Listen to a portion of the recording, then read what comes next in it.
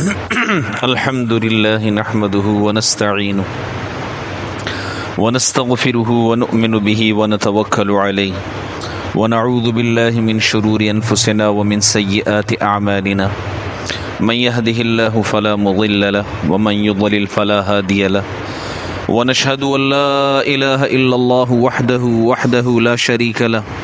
ونشهد أن سيدنا وسندنا ومولانا محمدا عبده ورسوله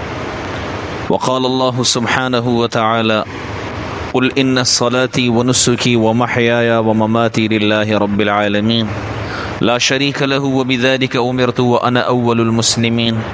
وقال النبي صلى الله تبارك وتعالى عليه وسلم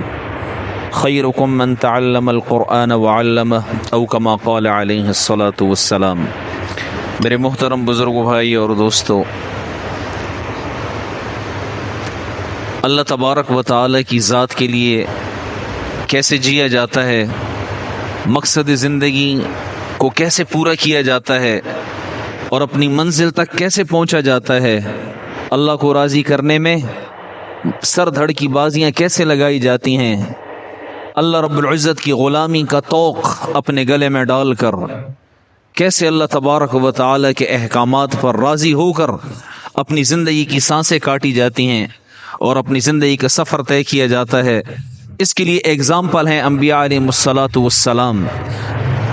نبیوں کی زندگی سے پتہ چلے گا کہ اللہ کے لیے جیا کیسے جاتا ہے، جس کو میں نے پچھلے جمعے عرض کیا تھا۔ ابراہیم علیہ السلام نے بتایا کہ اللہ کے لیے کیسے جیا جاتا ہے،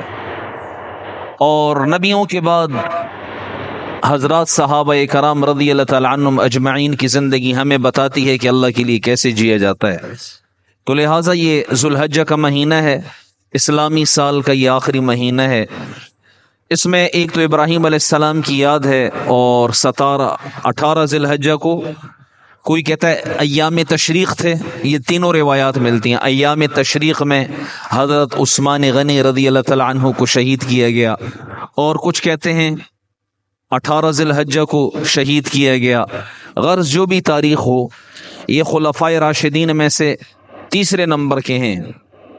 اللہ تبارک و تعالی نے ان کو بڑی شان سے نوازا، اس امت پر ان کے بڑے احسانات ہیں۔ یہ جو ہم قرآن پڑھتے ہیں نا، یہ جو ہم قرآن پڑھتے ہیں، یہ قرآن عثمان غنی رضی اللہ تعالی عنہ کا احسان ہے پوری امت پر، کہ انہوں نے یہ 7 قراتیں تھیں، 7 قراتوں میں رسول اللہ صلی اللہ علیہ وسلم پر قرآن اترا، الگ الگ قراتیں پڑھائی جاتی تھیں۔ تو کسی نے کون سی قرات سیکھی آگے چلے گئے، اس علاقے میں رہے، پھر انہوں نے آگے اور پڑھی، کوئی کس قرات پہ تھا، کوئی کس قرات پہ تھا، سارے لوگ۔ اب ایک آیت ہے نا، وَالنَّجْمِ إِذَا هَوَى مَا ضَلَّ صَاحِبُكُمْ وَمَا غَوَى وَمَا يَنطِقُ عَنِ الْهَوَى إِنْ هُوَ إِلَّا وَحْيٌ يُوحَى۔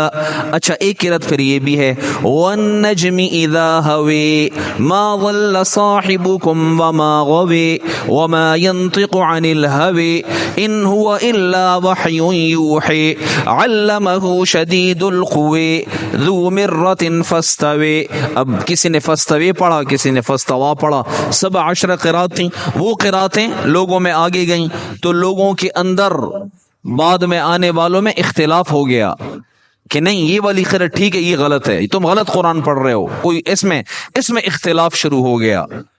اس میں حضرت عثمان رضی اللہ تعالیٰ عنہ نے ایسا کلیدی کردار ادا کیا کہ ایک قرات پہ سب کو جمع کر دیا، اور یہ جو ایک فتنہ برپا ہوا تھا اس کو ختم کر دیا۔ اور حضور صلی اللہ علیہ وسلم کے زمانے میں جیسے قرآن پاک لکھا جاتا تھا کہ آپ صلی اللہ علیہ وسلم پر جب قرآن نازل ہوتا تھا، آپ صلی اللہ علیہ وسلم حضرت زید بن حارثہ کو فرماتے تو نے سن لیا، اور جن صاحب جو اس وقت کاتب وحی ہوتے تھے، اچھا اللہ کے نبی کو یاد ہوا، اب تم سناؤ، غلطی تو نہیں آ رہی، اچھا اس کو فلاں صورت کا حصہ بنا دو، اس کو فلاں جگہ پر لکھوا دو۔ اس زمانے میں پرنٹنگ پریس نہیں تھی، ہڈیوں کے پارچوں پر اور ہڈیوں پہ لکھا جاتا تھا، بڑے بڑے پتوں پہ لکھا جاتا تھا قرآن، یہ بڑے بڑے کچھ کہیں پہ صفحہ ملا تو اس پہ لکھ دیا، اور چٹانوں پہ لکھ دیا، سخت پتھروں پہ لکھ دیا، کہیں نہ کہیں قرآن کندہ ہوتا تھا اور تختیاں بنیں،